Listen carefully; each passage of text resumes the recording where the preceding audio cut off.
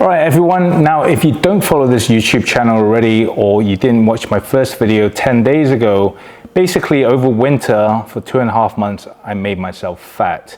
And not only did I make myself fat, I pushed myself until I started getting unhealthy health metrics. I gave myself high blood pressure, and this is my CRP level, which is C-reactive proteins. Now, your liver will produce these proteins if you have high inflammation.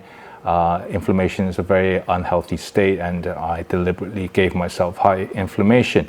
Now, you're wondering why I would do that? Well, kind of in the name of science, and also it didn't even start off that way. I just started eating junk food and I got addicted, because junk food is just like drugs and alcohol.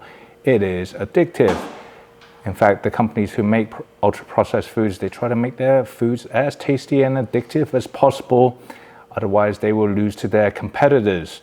Now, after 20 days of eating what is called the carnivore diet, that is basically all meat, eggs, cheese, and I cook everything in butter, I've lost this amount of weight, which is 4.2 kilos. That's just over 9 pounds. And my body fat percentage has gone from 22.5% down to 20.1%. So I've lost 2.5% body fat in just 20 days, okay? And it's part of the reason why I wanted to replicate what I did last year, because last year I was obese and very unhealthy, and I went on the carnivore diet and I reversed a ton of health problems, including arthritis, bad sleep. I had brain fog, which reversed, and I had high blood pressure, and it reversed, and I even had depression, which reversed. So I follow a lot of gym forums, and I know a lot of the gym bros, they follow calorie in and calorie out with no questions asked. But there's actually two models of weight gain and weight loss in the scientific community. One is the energy balance model, which is what all the gym bros follow. And the other model is the carbohydrate insulin model. And I firmly believe, okay, now in the scientific community, they've been arguing and kind of like attacking each other for the last 8 years, trying to figure out which model is correct, which often actually happens in science, because a group of scientists will come up with new ideas, and then the scientists who follow the old ideas, the established science, they have to defend their position, because kind of like their brand name relies on it. So when the new scientists come in with the new ideas, they kind of have to defeat the old scientists for their ideas to be established. And then that's called a paradigm shift, when the scientific community basically starts shifting their position and their belief in what is actually going on based on the new research that's happened. And that's what's going on currently in the scientific community. And I believe my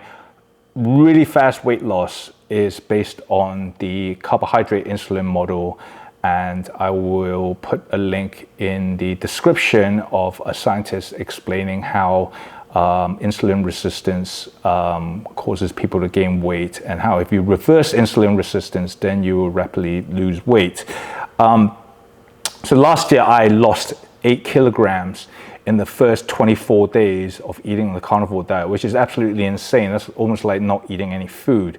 I mean, 3 kilos of that may have been water weight, but I lost 5 kilos of body fat. In fact, I lost a bit more than that, because I actually gained a bit of muscle, because back in August last year, I wasn't exercising much. So when I started exercising a lot and eating a high protein, high meat based diet, even though I lost weight, I put on some muscle. This time around, I was actually already training before I went back on a strict carnivore diet, and I eliminated all the junk food in my diet, which was about 1,000 calories a day. And I wasn't doing nothing before. I wasn't sitting on the couch. I was working very hard at the gym 4 times a week and walking 15,000 steps a day. So I was still experiencing rapid weight loss even though I was working out, just by the diet change. And 4 kilos, like over 9 pounds, is significant in just 20 days. And in the last video, I also showed how the psoriasis on my finger had reversed after just 10 days, and also my skin quality had improved and my blood pressure had dropped. But the crazy thing is that a couple of days ago, I came to the realization that my hair color had reversed, okay? Because this is what my hair color used to look like. Plus, I used to clearly look older and have more wrinkles. This is in October 2022. Okay, back then I was living a very high stress lifestyle, unhealthy lifestyle. Ever since COVID happened, basically, I just stayed at home and I played computer games at night, and I traded US stocks or commodity futures or US index futures. Okay, now I live in Asia, in Taiwan, so basically when the US markets are open, it's nighttime in Taiwan, and I would stay up until 4 a.m. in the morning, basically in a casino trading options and futures. So I was giving myself a lot of stress, so my cortisol level was elevated, and that slowly turned my hair white. Although I was already getting white hair starting from my mid to late 30s, but I kind of accelerated it in 2021, 22, doing a lot of trading. And last year, starting in August, I decided I was very unhealthy and obese, and I was depressed, and I had to reverse my health problems. Otherwise, I was going to die, basically. So I went on the carnivore diet, and I lost a ton of weight. After 1 month, I kind of got bored, to be honest, because it was just all meats and eggs. So I added some vegetables and blueberries and stuff back into the diet, but I was eating a very high meat-based diet, basically 90% meat and just some onions and garlic and blueberries and stuff. So I've always maintained a very high meat-based, and especially red meats. Okay, so in the current experiment, I am eating 400 grams of red meats a day for the last 20 days. So I've been eating 200 grams of beef and 200 grams of lamb a day. And the crazy thing is I'm eating 90 grams of saturated fats a day, including the butter and the stuff in the eggs, which is 5 times higher than what's recommended by the American Heart Association. And then I noticed my hair color has just come back. Now, I still have some white hair. I don't know if you can see in the lighting, but majority of my hair has gone black again. Since 2022, I dyed my hair once every 3 months. And in the last 6.5 months of eating high meats and red meats, I dyed my hair once. So I cut my hair once every month, and I haven't had my haircut. I've had a 3rd haircut now. So after I've had my haircut, my hair grew out, and I noticed it's gone black, which is crazy. I assume it went slowly black over time in the last 6.5 months, and I just haven't noticed until now, but it is quite significant. I even bought the hair dye to dye my hair again after this current haircut, and I didn't need the hair dye. And I brought this up with somebody called Dr. Sean O'Mara, who's quite reputable for people who know him, and he's basically running a practice where he gets people to eat right and exercise in the right way, and then he measures their health via metrics that are very different from other doctors, such as he measures his patients' visceral fat via MRI scans. And his training, he gets people to do sprint work, which for me was just like, I knew this doctor really knew his stuff, because people who are only doing steady rate cardio, their fat loss will be not as good as people doing sprint work. And if you don't believe me, just look at what sprinters look like. They're just full of muscle and very low in body fat. While long distance runners, although they will lose weight, they will retain a higher body fat percentage. And I had a quick chat with Sean O'Mara on WhatsApp, and he confirmed with me, there have been other reported cases of people eating the carnivore diet and their hair color is reversed. Now, first of all, I don't want to get people's hopes up, like if they've lost all their hair color, that if they eat the carnivore diet, then their hair color is going to reverse. Apparently, this is just a small number of cases. But the vast majority of people who have eaten a high meat-based or the carnivore diet, they have reversed a ton of health issues, and they will look younger because their skin quality will improve and their wrinkles will get less, and well, they'll reverse things from type 2 diabetes to arthritis to metabolic syndrome, which is basically a grouping of diseases such as heart disease, stroke risk, and type 2 diabetes. And you'll reduce your cancer risk as well if you lower the inflammation in your body, because inflammation is what triggers increased cancer risk. And another doctor who is now practicing what is called preventive medicine is this guy, Dr. Sean Baker, who wrote the carnivore diet book, and he started a company called Revero, and basically they advertise on their website that they will help people reverse their diabetes, cardiovascular risk, and also autoimmune issues and arthritis-related issues, which is using basically diet-related methods, similar to what I'm doing, which is the carnivore diet. So I want to stress, first of all, that Dr. Sean O'Mara and Sean Baker do not know that I made this video and uploaded it, although, and I haven't talked to Sean Baker, I've only talked to Dr. O'Mara. And they have not paid me to advertise their businesses, but I've decided to do so because I want to teach my friends, and this is my YouTube channel is all about teaching my own friends how to get healthier. I wanted to teach people the difference between picking a good doctor and a bad doctor. Now, I am an ex-banker by trade. And if you want to invest and make money properly, then you have to know how to analyze a company's fundamentals properly and differentiate between the good companies and bad companies. And it should be no different between good doctors and bad doctors. Now, before I touch on this subject, let me just first say that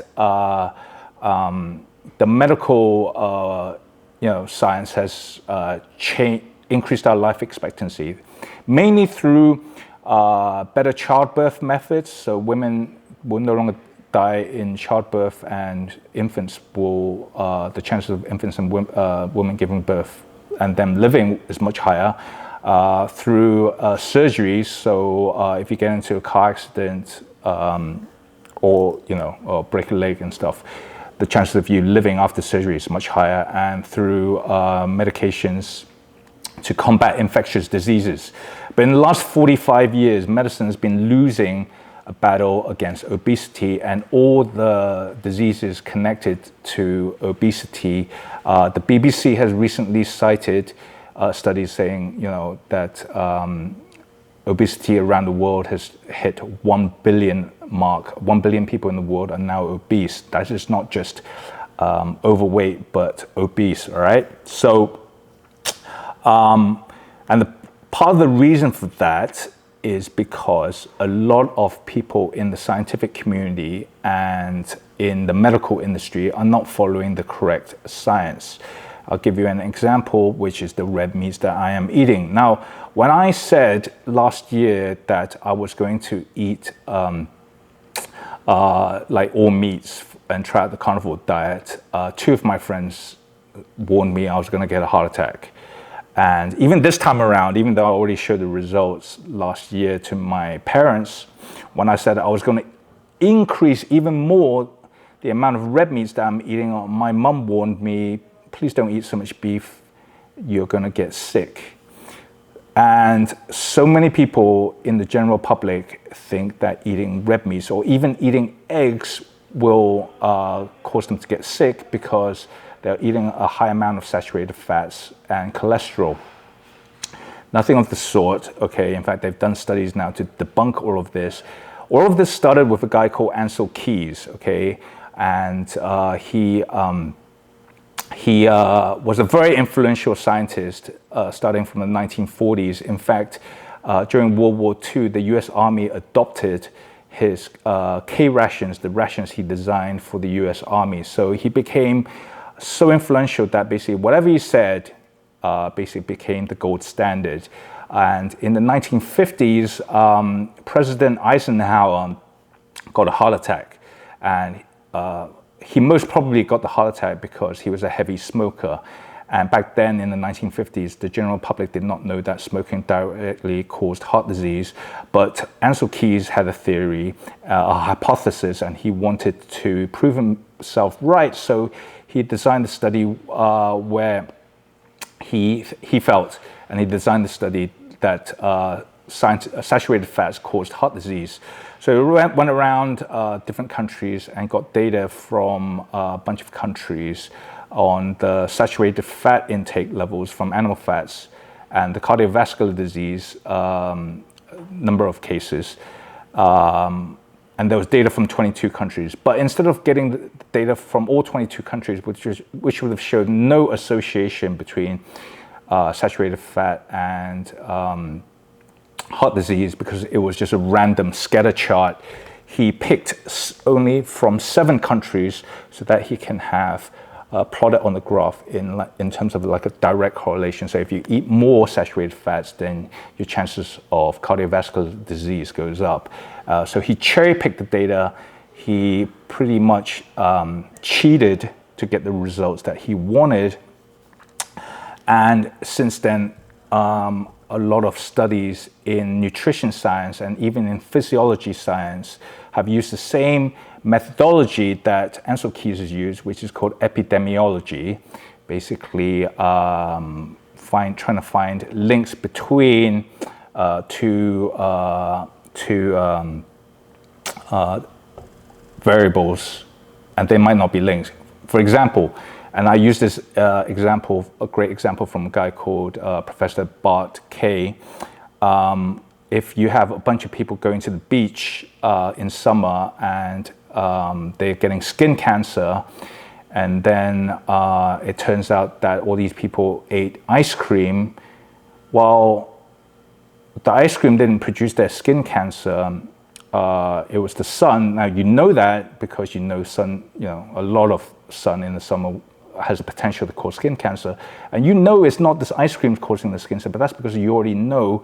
But if, say, the competitor to this ice cream company wanted to discredit the ice cream company and shift the sales to their own product because they're selling, say, hot dogs by the beach as well, and they want to get people to stop eating the ice cream and eat the hot dogs instead, then they will pay for a study saying, well, a lot of people are getting skin cancer and a lot of people are eating ice cream, so it's very probable the ice cream is causing skin cancer. And that is what the processed food industry, and in fact even the pharmaceutical industry, does.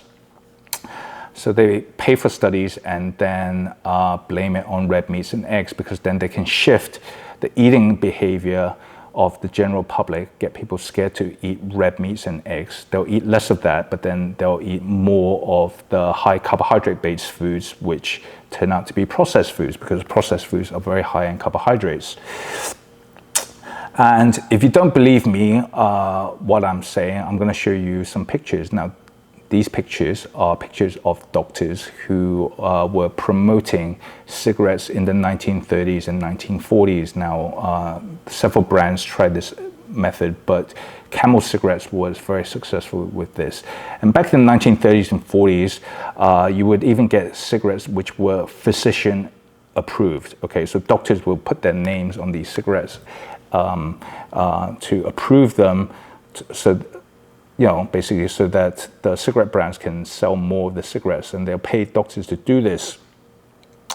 And the guy who told me about this is actually my friend, who was an ER doctor for almost 20 years, and he basically he has his own practice now, but he's just letting me know that doctors often can be on the wrong side of science as well. Now, it wasn't until 1964 that the Surgeon General of America declared that cigarette smoking was a cause for cardiovascular disease, and they found later, lung cancer as well. And it wasn't until the 1980s that